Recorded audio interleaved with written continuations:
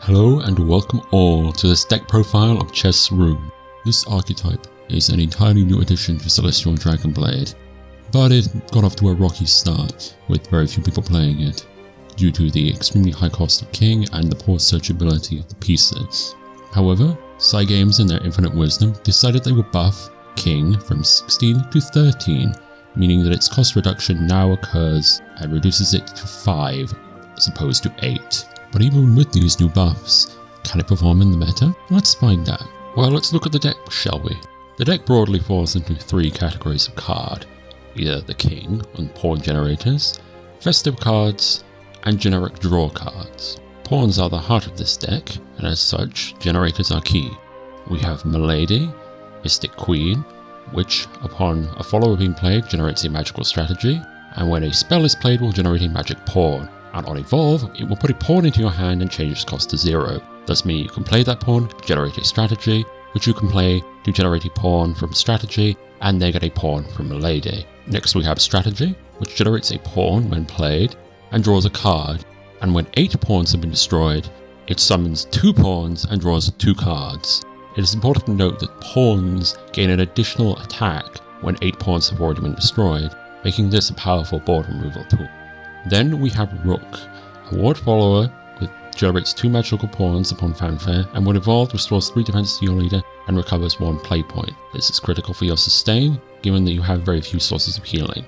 Next we have Knight, which has its cost reduced by 1 for every magical pawn that leaves play. This means it's fairly easy to get its 6 cost down to 0. When played, it has Storm and generates 2 pawns, making it an excellent aggression tool as well as a pawn generator. Then we have Cardseer, which copies a 1 playpoint follower on fanfare. And you know what 1 playpoint follower we're playing? That's right, pawns. Everything comes back to pawns. And of course, our crowning jewel, Mystic King, which upon 8 pawns being destroyed at the end of turn reduces its cost by 8, meaning it is 5 play points after the first turn. On fanfare, it summons 4 pawns, and every pawn that comes into play gains +1/+1 storm and ward. At this point, of course, they already have the +1 attack from having 8 pawns destroyed, which is innate in pawns. It also cannot be targeted by enemy effects, not that this really comes up. As for the festive side of the deck, we have Stay in Paradise, Story of a Lifetime, and Yukishima.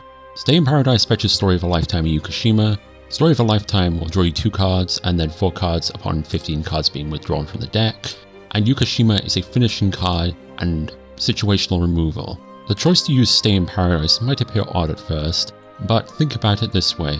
It is thinning the deck, which draws into an additional card to thin the deck, increasing your chances of drawing King or something useful. Finally, we have the generic draw cards. We have Insight, we have the Accelerate for Sacred Bird of Wisdom, we have Magic Missile, we have Angel's Blessing, and last but not least we have Uranus, which is a source of healing and board removal and a little bit of burn on the side when you have 20 cards or less in your deck. This all said, how does it perform in practice? Let's find out. I prepared 3 games for us, showcasing the best of the deck.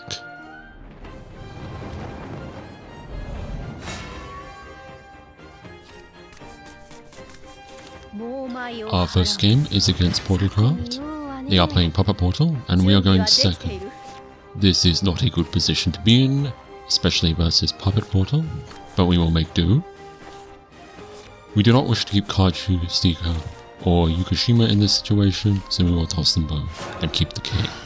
Unfortunately, it seems Cardseer is grouped in my hand, and we get a second King. Not a good situation to be in, but we will make do. They will play a 1-drop, we will pass. They will generate some puppets, hit us in the face. We will get Milady here, but we will pass because we want to use Milady on the evolve turn. They will play Kasim, which is a problem, but thankfully we have it out to Kasim before it becomes a problem. We will play the Rook, we will trade the 2 pawns, and pass. They will play Metatron, and then reveal to us that they have Orcus, which is very bad for us turn 6 if we do not get exactly Mystic King down. We will play Milady, evolve Milady, it will generate us a pawn, We will then play that pawn which will generate strategy. We will play strategy, which will generate another pawn. Get used to this line, because it is the bread and butter of this archetype. We trade ineffectively here, but it will do. They will play Shenna, which basically means our board is gone, but that is fine because we want it gone. Nothing here is of value. They will fuse into Orcus for a second time. This allows them to trade in Milady without damaging their Shenna. We will play the second Milady that we drew, evolve it, and proceed to do exactly as we had done last time, except with a twist. Pawn into strategy, strategy to generate a pawn, which generates another pawn, which we will trade, and then play Card Seer to generate another pawn, which we will then proceed to trade into the Chasm, since he is the problematic target. We will then trade Milady and the remaining pawn into Shenna to avoid taking unnecessary damage. We are now at 8, which means we have a Mystic King at 5. They make a mistake here. They could have boardlocked us by just allowing Lloyd's effect to proc. However, they decide to trade. We will take 6 to the face, but all in all, this is not a terrible situation when we will play our first Mystic King. A board of very beefy pawns. We will then evolve the Mystic King to get over the Lloyd and trade in some of the pawns in order to kill the Orcus. We will then run the pawn in and play the 0-cost Magical Knight from hand, which will proc on the pawns with the King effect. We now have a nice board at 59. They will play our good old friend, the Auspicious Puppeteer, evolve it, get an initial puppet. Thankfully the procs for this do not hit anything important, and they are forced to summon out treasure and trade in, leaving us with the King alive. Here, we will play the now 0-cost King after trading in to avoid proccing the effect of the Auspicious Puppeteer on anything important. Of course, it doesn't really matter since we get 2 procs for the 2 different kings, meaning that we can cleanly get lethal.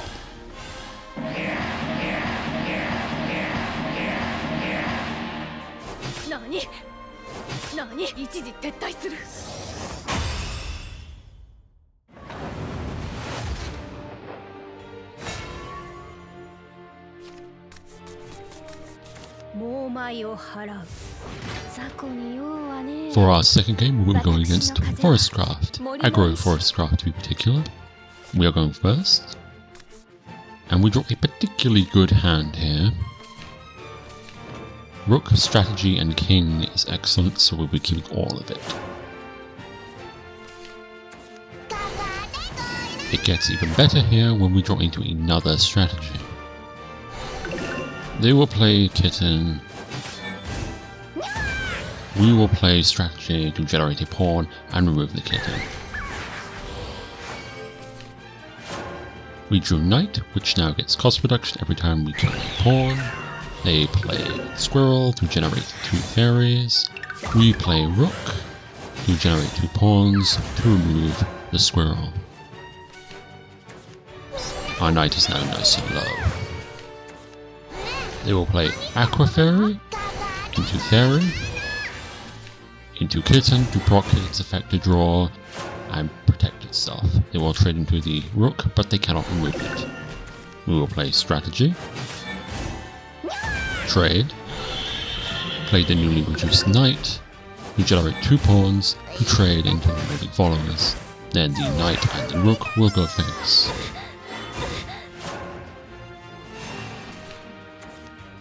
They will play Nobilis, which is a bit of a pain for us, but we will live. They will evolve it, AoE the field, play 2 of the newly buffed fairies, and trade.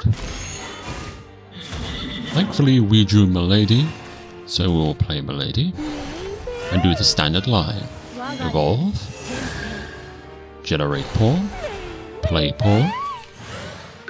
strategy, generate a pawn, which procs Milady to generate a pawn. We will play card seer on one of the pawns to generate another pawn, and trade in here. With this, we have 8 pawns destroyed, which procs the King's effect, reducing it to 5. So we'll play Aquafairy, into Phantasm Blossom, into Divine Smith to evolve both of the followers. They will go face for 5 and destroy our Milady. Thankfully this works out for us since we do not want anything on the field. We play King, so we will trade in and play King.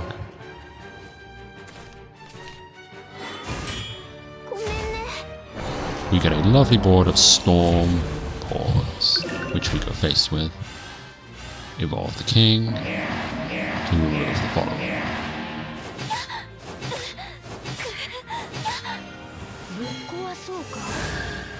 They will play Piercy here, much to my irritation. They will then play Fairy into Forest Merchant, which buffs the board, into Kitten to draw. They will then evolve the Piercy. However, it is at this point that they realize they cannot clear our king and concede.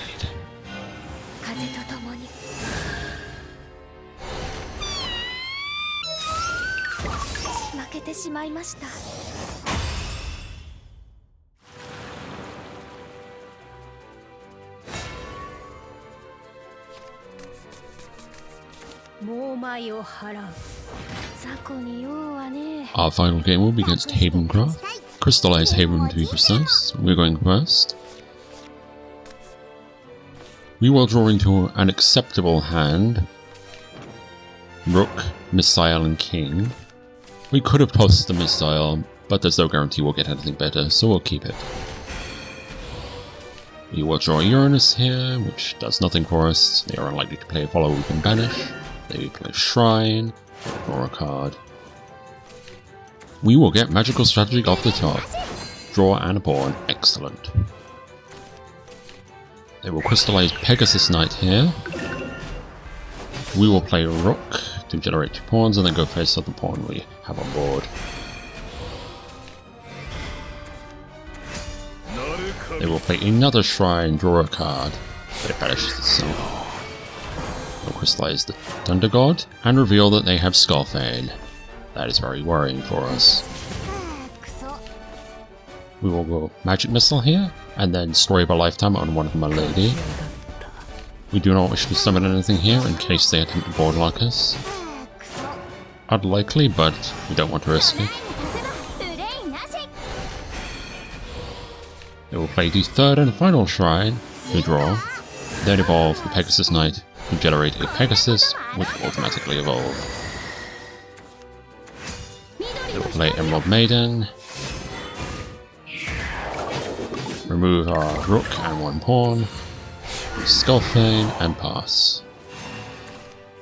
We will trade in the 2 pawns present on the board, play Milady, and play the standard line for Milady. Generate a pawn for evolving, play the pawn, which generates strategy, play strategy, which generates a pawn, which triggers Milady to generate a pawn. We will trade these pawns in, not before using the card seal we drew off the top to generate an additional pawn. We will trade them all in, reducing our magical knight in hand to 0, which you will play. Go face with the knight, trade in with one of the pawns, and pass. Our king is now active. 5 play points, and we will definitely play it next turn. They will clear our board here, but it does not matter. In fact, it is to our advantage. We will play king and end the game.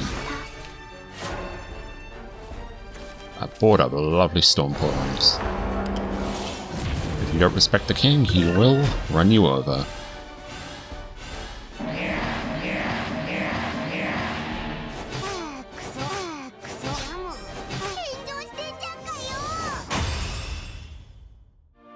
So, how good is the deck after the buff? Well, it's okay. It has a high roll now, which gives it more staying power than previously. Suddenly slapping down a 5 playpoint king could surprise even the best players. This usually occurs on 6, which makes it somewhat difficult to remove if you aren't already packing a lot of generic removal tools. That said, it's far from impossible.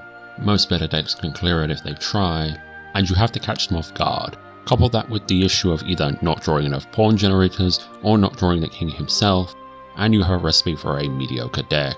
It desperately needs additional pawn generators and a way to search chess trade cards out of the deck, but let's leave that talk behind.